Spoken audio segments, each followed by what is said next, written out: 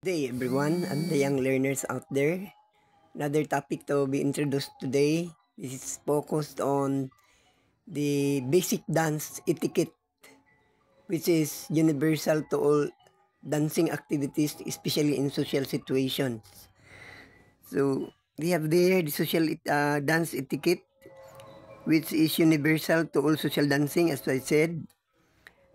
Social dances and dance mixers are intended to get acquainted with others who are present in a certain social event, and it's just but proper to hear the to bear in mind good manners and social graces in social events like that.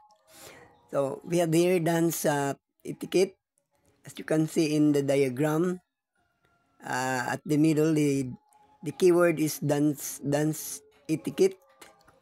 Then we have the no pot dancing on the floor, asking for a dance, and dance dance floor demeanor and behavior. Then what to wear, and personal grooming. So considering all these aspects in dance etiquette, the involved persons in any social gatherings must observe this one as proper etiquette in actual social dancing situation.